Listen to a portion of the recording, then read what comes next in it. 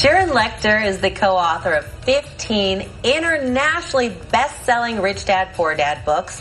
Her most recent work, How Money Works for Women, is out now. She joins us today with 5 financial basics that we all need to know, especially at a moment when the country is teetering on a recession. Money is tight for so many. Welcome. We're so glad you're here. Thank you so much. I'm delighted to be with you. Well, we're talking, and actually your first tip is that talking about money is essential. I feel like a lot of us were raised to think that it's rude to talk about.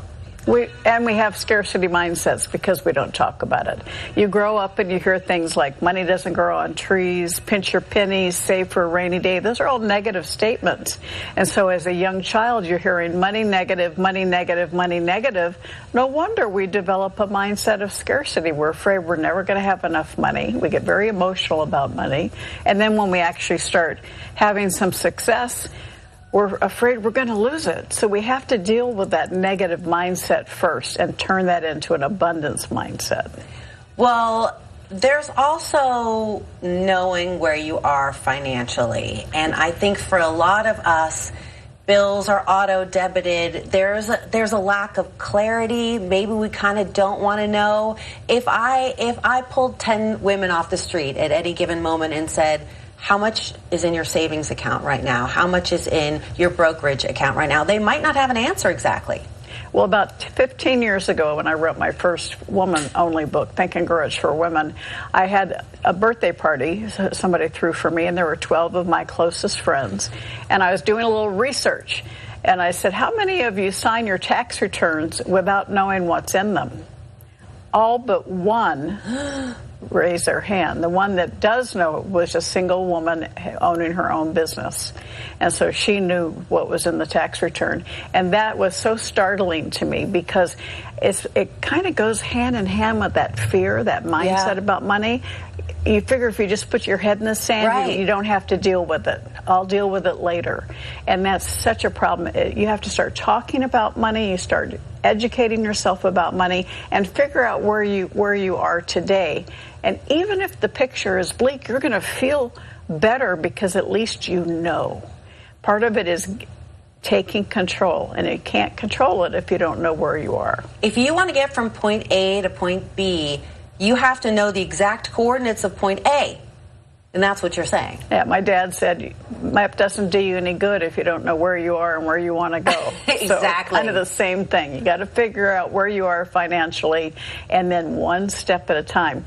You know, I tell people it's not what you do for your paycheck that determines your financial future. It's what you do with your paycheck that determines your financial future. And all of us are where we are today because of the choices we made before today.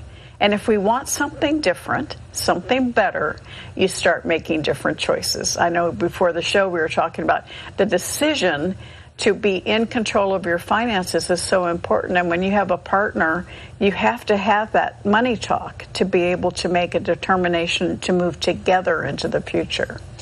Well, we always hear about if you don't have your Starbucks every day, you can be rich in 10 years. It's become a trope. But one of your tips is to eliminate the unnecessary. How do you know what's unnecessary?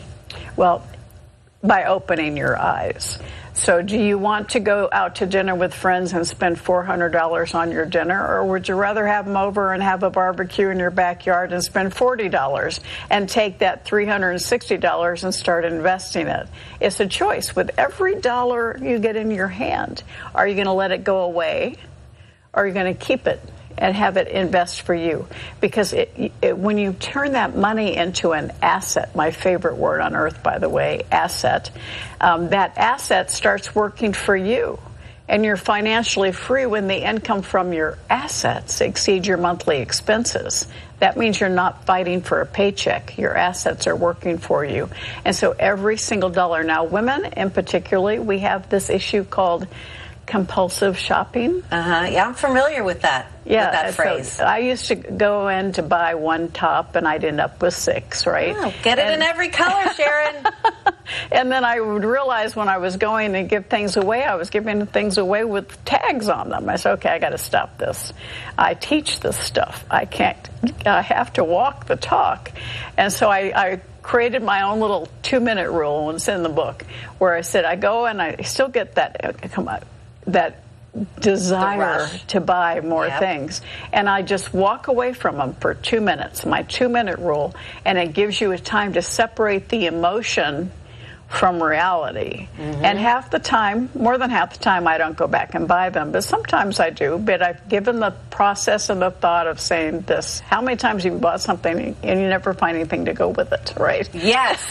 What are you wearing it with? Okay, I'm so sad that we can't talk for longer.